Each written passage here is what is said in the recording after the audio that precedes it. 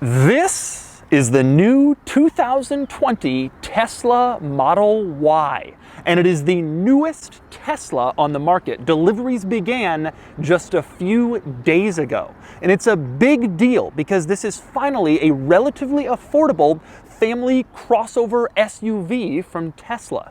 And today, I'm going to review it.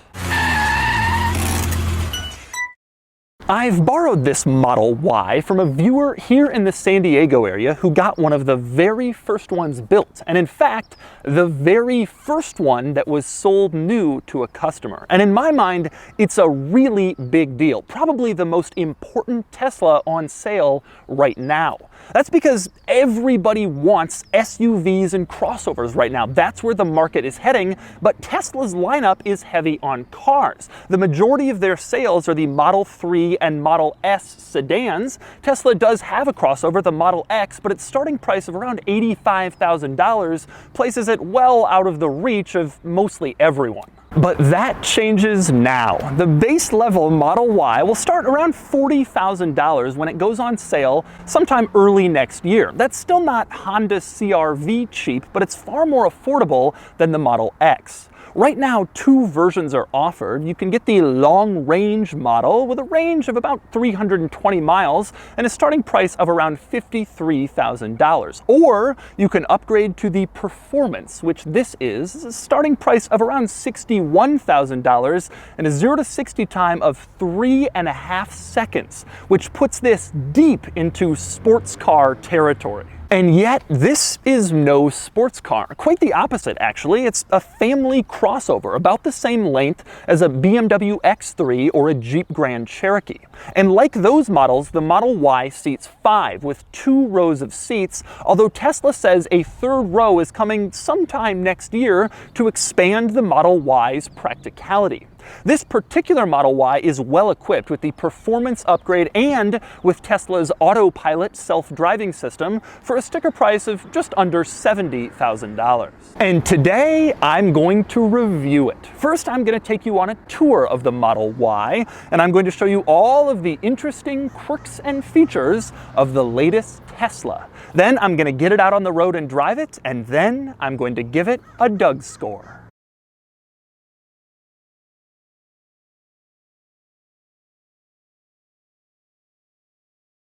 All right, I'm going to start the quirks and features of the Model Y in the most important area, and that would be pointing out the differences between the Model Y and the Model 3. These cars share about 75% of their parts, but there are some key differences that I'll show you, and that means starting in the back seat. Now, the Y is a larger car than the 3, intended for more family use, like a crossover would be. To that end, I'm happy to report that legroom is just fine. I'm 6'3", 6'4" for reference. The driver's seat is positioned where I would sit in it, and I have good legroom and knee room back here. It's not huge or overly abundant, but more than enough for me to sit comfortably, which is nice. More important, though, is headroom. I was really concerned that headroom would be an issue in this car because of the sloping roof design. You can see it kind of slopes over the back seats, and I thought that would limit rear headroom, but that is not the case. I am sitting back here perfectly upright, and I still have a couple of inches between my head and the roof. Now, part of the reason for that is this panoramic glass roof, which is not as thick as a typical vehicle headliner, which gives you a couple of extra inches of room, just enough for my head to fit in here. But I can confidently say there is ample rear seat room back here, more than the Model 3 for both heads and legs in the Model Y. Now, I will say there is one drawback to the rear seat, and that is it feels a little bit narrow. If you have two people back here, it's really no problem, but the middle seat is kind of pinched. The seat just seems maybe a little bit narrower than it could be to provide good passenger room for 3 passengers. Now, there are some drawbacks to the whole Tesla minimalist interior, and they are felt in the back seat. For one thing, you have rear climate control vents, but no climate controls back here. Rear seat passengers can't change their own temperature. You also have heated rear seats back here, which is a nice luxury feature to have, except you can't control them from the back. There are no buttons, there's no screen back here to activate the heated rear seats. Instead, you have to ask the front seat occupants nicely to turn it on using this center screen. An odd decision. But a few good items worth noting back here. For one, there is a center armrest. You fold down this panel in the middle of the seats and you can see it's an armrest, which also includes cup holders, which is nice for rear seat passengers, especially since this will primarily be used to transport kids for a lot of families. Another benefit back here, you have USB ports, and not just regular USB, but USB-C. You can see them below the rear climate vents. 2 ports, so 1 for each rear passenger, which is nice to have. And next up, another notable rear seat item is this latch on the side of the seat next to the headrest. You can use this latch for 2 different purposes. One is to adjust the backrest to various different positions for more comfort. You can see you can adjust it upright or kind of tilt it back depending on what you're looking for. You can also use this latch to hold it down and put the seat back down in case you want more cargo space. The whole seat back doesn't go down at once. That way you can put a large item in here, but also keep a seat available in case you want to carry more cargo and still have a rear passenger. Of course, you can also fold the entire seat back down if you want. Just go over to the other side. There's a corresponding latch over there. Put it down, and then the entire seat back is folded down. And next up, we move on to the cargo area in the Model Y, where there are a couple of interesting items back here, especially compared to the Model 3, which is of course more sedan-like in its cargo area. Now, for one thing, you see it is a large cargo area, totaling 66 cubic feet, Tesla says. That's pretty standard for a vehicle of this size. Earlier, I mentioned the BMW X3 and the Jeep Grand Cherokee being about the same size as the Model Y, and they also have about the same cargo volume as the Y. But it is worth noting that this cargo volume is a substantial increase over the Model 3, which is about 15 cubic feet. This has more than 4 times as much cargo volume as the Model 3, and that alone will push some people to switch from the 3 to the Y. And next up, a few notable items in the cargo area. One is the fact that you can drop the rear seats from back here, from the cargo area. Over on the left, on the driver's side, you have 2 little switches, and you can pull a switch and it will lower the corresponding rear seat. It's a very easy process, and a lot of crossovers and SUVs have this, although it is worth noting you cannot use these switches to re-raise the seats. If you want the seats to go back up, you have to walk around and push them back into place manually. Now, one interesting item on the subject of the seats folding down relates to the middle seat, which can actually fold down separately of the other 2 seats on the side. You can't do it with one of these switches in back. You have to go around and actually pull this little latch in the back of the middle seat. I guess the theory here is that Tesla wants you to be able to have 2 rear seat passengers in place and also have some additional cargo space in case you want to carry some skis back here or something like that. Makes sense, but the weird part is that when you fold down the middle seat, you have this little bar that's kind of sticking out rather obtrusively and looking a little strange. I guess that's the bar that the middle seat would typically be latched onto when it's in place, but when you have it folded down, it's just kind of hanging out there in space. A little bit of an odd design decision.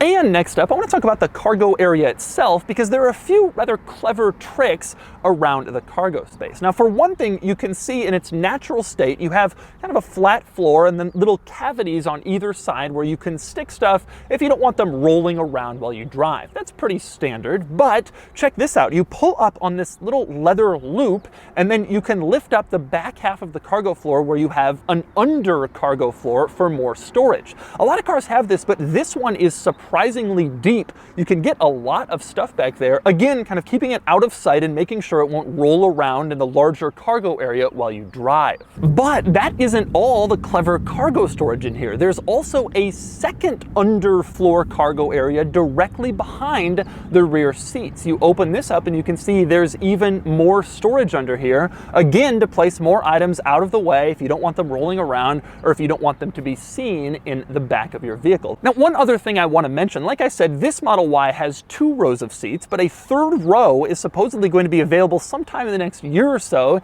might be wondering, how do you get a 3rd row back here? My guess is that the 3rd row is going to be rear facing, so looking backwards, which is a solution that Tesla has used in the past. And I say that because the rear design is just so steeply raked, you couldn't really fit a 3rd row forward facing and get the headrests and seats in place. This vehicle is just too small, and it comes comes down too low back here. And by the way, one other item worth noting in the cargo area, there is no cargo cover, which is unusual for crossovers or basically anything with a tailgate, so you can't cover the stuff that you have back here. Although I will say that with the factory provided tint, it's really hard to see in, so it's kind of hard to tell what you have in there anyway. You have pretty good privacy even without having a cover. And next up we move on to the rest of the Model Y. First I want to cover a few more differences between the Y and the 3. One is the black trim on the outside. You can see the door handles and various other pieces are black. Most Model 3s have that stuff in chrome. It looks a little better, a little more modern in black, and the Y has its standard in black. And next up, here's another one that's rather silly, the seats. The seats in the Y are the exact same seats as the ones in the 3, but because this is a taller car with a taller passenger compartment, they had to sit them up higher, and so they did literally that. They're just mounted on platforms. So the exact same seats as the Model 3, just stuck on these platforms to give them a higher seating position. And next up, here's another welcome change, the panoramic roof. No, it still doesn't open, but you do have one large, uninterrupted piece of glass, no crossbar in the middle. It's just this giant glass piece that lets you feel like you're one with the atmosphere. Although it is worth noting, it is heavily tinted, so if you live in a sunny or hot place, Florida, Arizona, whatever, you're not going to get too much sun coming through there and making you uncomfortable. And next up, another difference between the Model 3 and the Model Y is the wheel design. The Y has completely different wheels from the 3, both the base model and this, the Performance. You can see these 21-inch wheels, which I think look really, really nice on this car, although undoubtedly they'll make the ride feel a little harsher. We'll find out in a little bit. And next up, I want to cover the rest of the quirks and features in the Model Y. Now, there's so much technology to cover that I'm not going to get to everything. I did very deep dives into a lot of this technology when I reviewed the Model 3 and the Model 3 Performance, and I will link those videos in the description below. If you want a really close look at all the technology in this car, you should watch those videos. But I am going to hit the highlights here, and that means starting with my very favorite thing about Teslas, and that would be Autopilot. Autopilot is Tesla's self-driving system that will automatically steer, brake, accelerate, lane change for you, and the system just keeps getting better and better. Here I am using it. You can see the car is going around this curve. I'm not touching the wheel at all. It is a very comprehensive self-driving system. With that said, it isn't full self-driving, regardless of what Tesla might tell you, and you have to tap the wheel every so often to make sure the car knows that you're still here and you're still paying attention. That way they can avoid people who are watching a movie or reading while they're behind the wheel, and then something unexpected happens and there's an accident. To me, though, one of the really cool things about Autopilot is the graphics that's shown on the screen as you drive around. It used to be able to show cars and maybe motorcyclists or bicycles and maybe large trucks. That was pretty much it, but it's gotten way more intelligent. Check this out. There's a pickup truck, and it's showing a pickup truck specifically on the screen. That's pretty cool. And check this out. Here's a van, and it's showing a van specifically on the screen. It's smart. And it's smarter even than that. Look at this. I'm sitting in a stoplight with a red turn arrow and green traffic lights, and you can see the screen actually notices the red turn arrow and the green traffic lights. And it also can see the arrow painted on the ground, noting that I am in a left turn lane. That is a pretty cool trick. And the reason this system now recognizes traffic lights is that Tesla reportedly plans to roll out a version of Autopilot that won't just slow down when the car in front of you slows down, but will actually stop when it senses traffic lights. And in my opinion, using this and seeing this screen, it does a really good job of noticing every traffic light and what color all the lights are. It's really impressive, and it'll be interesting to see if they can successfully implement that. And next up, I do want to go over two of my very favorite tech features in this car, even though I covered them before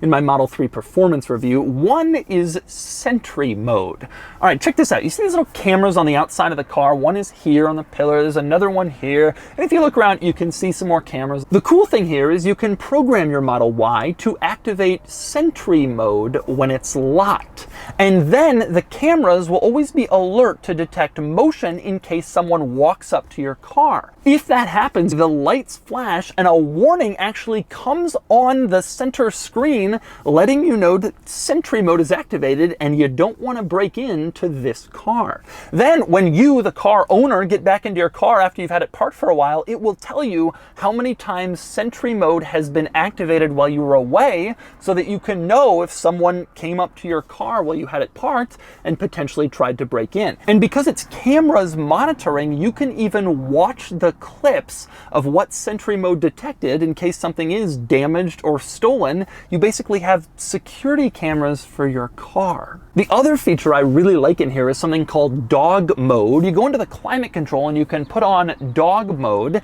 and then you can leave your dog in the car and the climate control will stay on, will keep the interior at a reasonable ambient room temperature so your dog won't potentially die sitting trapped inside a hot car. That's pretty cool. But of course, you're worried that someone will see your dog in the car, not know it's in dog mode, and then break the window to save it, even though it's nice and cool in here. Well, check this out. The screen actually lets people know that the car is in dog mode and that the temperature is nice and comfortable in here. It's a really cool idea for people who want to leave their dog in the car while they run into a store. And next up, a few other interesting quirks and features. One item worth noting in the climate control, you have something called camp mode. And if you turn this on, it will keep the climate control running until the car gets down to 20% battery. I guess the thinking here is that maybe you can camp in the car and stay at a comfortable temperature, and the car will just keep running the climate control, hence why they call it camp mode. And next up, another item worth noting in the climate controls, this is how you turn on the heated rear seats. You see, you just pop into this menu and turn them on. This car even has a heated middle rear seat, which I've never seen before. Very unusual feature.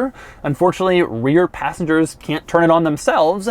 They have to ask the driver to go into this menu. And next up, another one of my very favorite Tesla quirks is the steering wheel dials. All right, you take a look at the steering wheel, you have these little dials on here. And right now, if you move this one, it adjusts the radio volume. Nothing unusual about that. That's pretty standard in most cars, but it's unusually special in this car. That's because these dials do a lot more than just the radio volume. Go into steering wheel adjustment in the infotainment screen and you can see suddenly the dials have changed their purpose and now you can use them to adjust the steering wheel, both tilt it up and down and telescope it forward and back.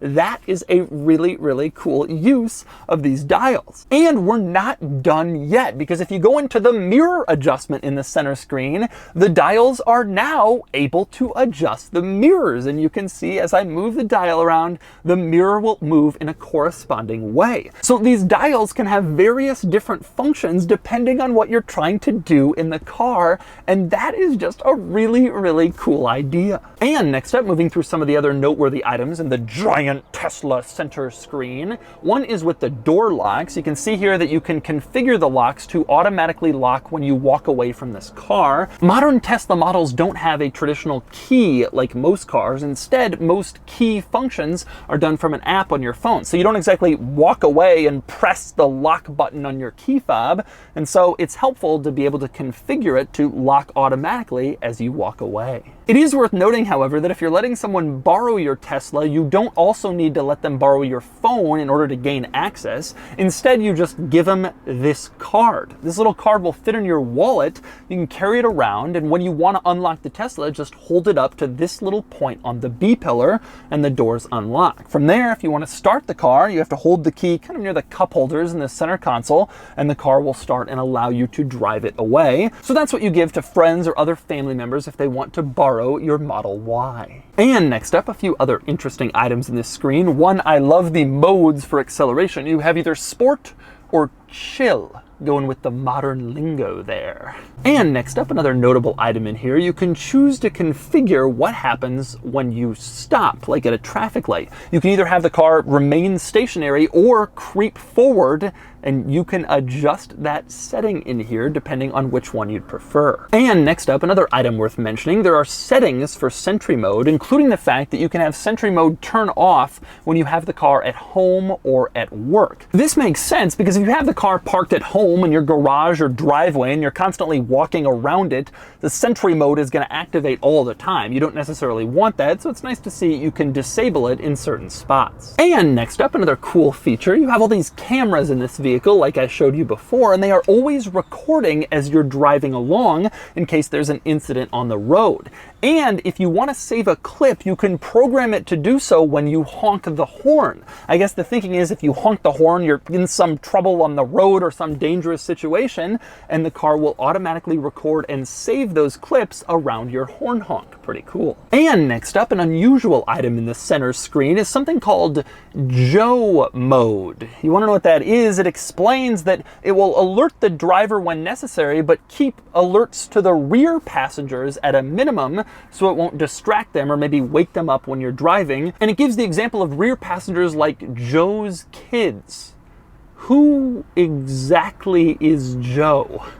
I don't really understand that one. That one is a little lost on me, but the idea is still pretty good. A system that mainly keeps the alerts and sounds up here so rear passengers aren't disturbed. And next up, some more functions with the screen. For one thing, you can use it to open the tailgate. Just press this little open icon here and the tailgate will pop open automatically. You can also use it to open the front trunk. Press open and the front trunk unlatches, but then you have to go around there and open it up. And yes, this vehicle has a front trunk, one of the benefits of not having a large engine up there, so you have even more cargo capacity than what you have in the rear. Another item I like over in the vicinity of those controls is you can see that the vehicle on screen is color matched to this actual vehicle, blue and blue.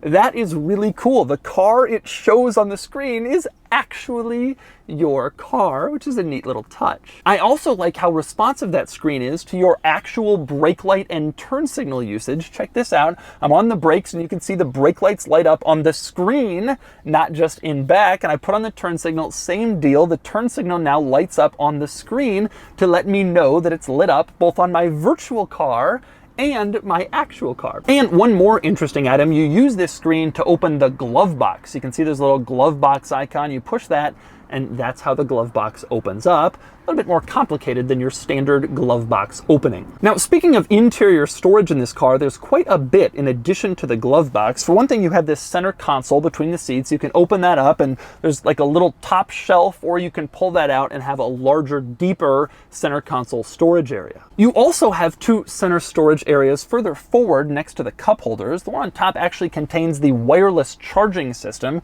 so you can put your phone in there and it will wirelessly charge as you drive. The other one is just a traditional storage area where you can stick more stuff if you don't want it rolling around while you drive. Now, the most interesting thing about these little storage areas is that their lids are magnetic. So you don't kind of latch it down. Instead, you just put it near where it's supposed to go and a magnet does the rest. The funny thing is, if you become too animated and try to slam this lid closed, the car will actually display a warning message on the center screen telling you to be more gentle. I've never seen this before. A warning message telling you to calm down with your center console lid slamming. Kind of funny. And next up, I want to talk about the interior in general. Very similar to the Model 3, but if you haven't been around a Model 3, expect minimalism. You don't have all sorts of consoles and buttons and designs. It's a very simple, very basic looking minimalist interior in here. Some people will really like it, some people really don't. Personally, I like the minimalist interior. It looks modern and fresh and futuristic, and I think it very much goes along with Tesla's kind of design ethos in here, although I do still wish for a heads-up display right in front of the steering wheel to give you your most important things, what gear you're in, what speed you're going, whether your turn signals and wipers are on, just a tiny little display or a projection onto the windshield like so many other cars. Instead, you have to look at the top left corner of the screen and it's out of your line of sight and just a little too far away to be completely convenient. They could solve this problem so easily. And next up, a couple of other items worth noting in here. For one, the doors unlatch electronically, so there's no traditional mechanical latch you pull. Instead, you push this button and that will electronically unpop the door, and then you can push it open from there. But just in case the battery dies while you're inside the car and then you can't pop open the doors anymore, there is a manual door release. You can see it here. You just pull on it and the door will open with its traditional mechanical latch. Although when you do that, a warning pops up on the screen and lets you know that opening the door manually may damage your door trim, so it's not something you want to do very often. And finally, our last interesting interior item in here is the sun visors, which are magnetic. Now, I've always known that the visor mirror cover is magnetic, and it operates in this kind of trick function that lets you open the visor mirror while not having the cover kind of hang down too low. It's a clever little thing. But in this car, the visor itself is not clipped on with a clip, but rather with a magnet. You can pull it off and you can see there's no clip keeping it in place, just a magnet when you get it near where it needs to go, which is a pretty nifty little idea. And finally, I want to talk trim levels and numbers for the Model Y. Now, right now, you can only get the long range model and the performance. Like I mentioned, long range starts around $53,000 and the performance starts around $61,000. Now, from there, you can get the performance in two ways. There's the regular performance, or you can get the performance with the performance upgrade. So you can have a performance non-performance and a performance. Tesla trim levels still remain confusing, even though it appears they've now ditched that P85D crap that most people didn't really understand except for Tesla enthusiasts. Now, like I've mentioned, the base model of the Model Y is coming in about a year, and it will start from around $40,000 with rear-wheel drive and a range of about 230 miles. Now, right now, the long-range Model Y and the Performance both come standard with all-wheel drive, and they have a range of about 315 miles, which is pretty good.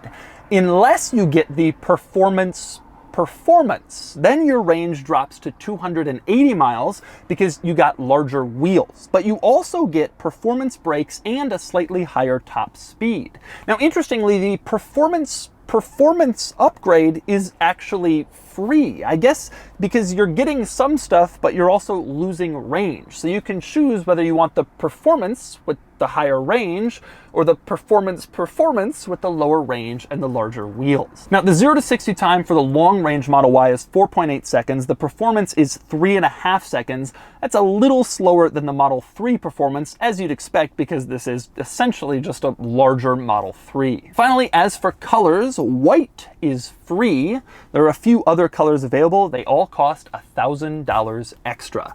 At least that part of this process is pretty simple. And so those are the quirks and features of the Tesla Model Y. Now it's time to get it out on the road and see how it drives. Okay, driving the Model Y. I'm gonna start where everybody starts. Wow, God. Whew. This is so fast. It's unbelievable that it's this fast. I drive a lot of fast SUVs, but there's a couple of really unusual things about this one. For one thing, it's just so instantaneous. And then there's no sound to it. You floor it and whoa! Oh my God. I'm sure I'm depleting the range at an unbelievable level right now by doing this, but it's also really fun.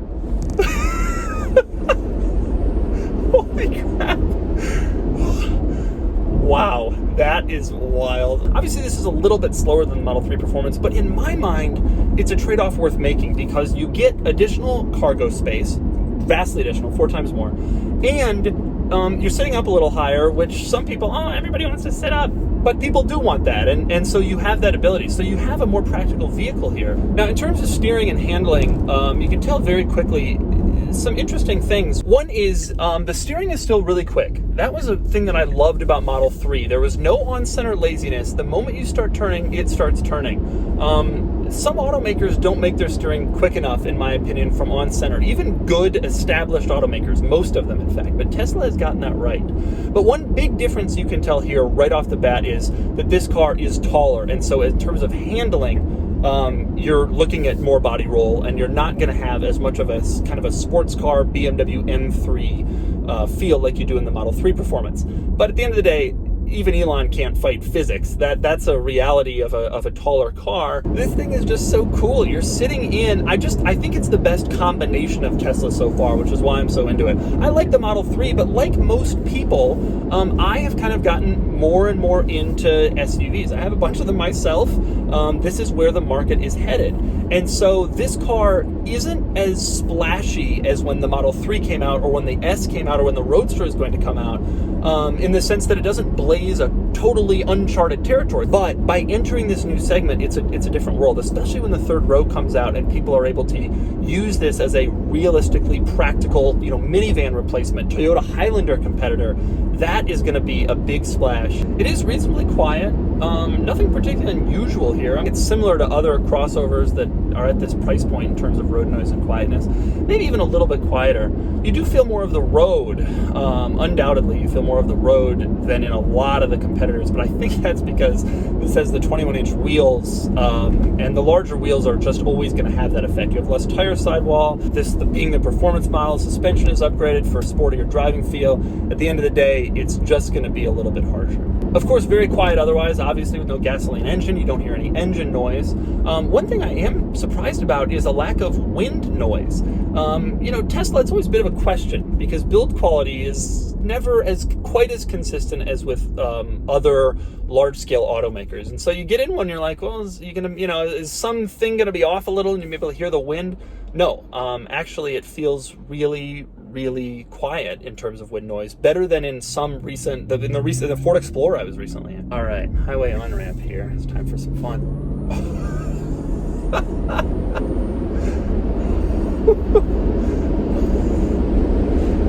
Man, it's really quick, and one interesting thing is it just doesn't stop coming. This car has a lot of horsepower. One of the early criticisms of the early EVs, like the Leaf and the Bolt, were like, yeah, it's fast initially, but then it slows down. Well, you get the performance versions of these Teslas, and that's not the experience you have anymore. You just have power and power and speed, and it just keeps going. And so that's the Tesla Model Y.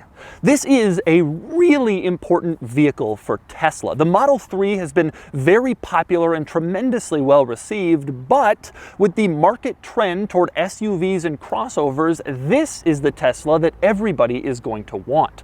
And it's a great vehicle, and it might just be the best, most well-rounded Tesla yet, especially when the third row of seats comes later to add more practicality. Anyway, with all that in mind, now it's time to give the Model Y a Doug score. And the Doug score is 68 out of 100, which is a huge score, truly an excellent showing. That places the Model Y here among other Tesla models and other luxury SUVs around the same size. The Model Y beats them all, and it's obvious why. It's more practical than the Model 3, it's faster than a BMW X3M competition, and it's got better tech than basically anything. The lowest score comes in styling, where the Model Y gets a 5 out of 10. It certainly isn't beautiful, though I personally don't consider it ugly. Otherwise, this is a great all-around vehicle, and I think it's more well-rounded than a Model 3, and a better buy than the Model X. The Model X costs more money, it's no faster, and it has those stupid doors that are so showy and ostentatious and attention-seeking. I see no real reason now to get a Model X except for the third row, and even then the Model Y will add that soon, which will probably make the Y the best all-around Tesla in existence.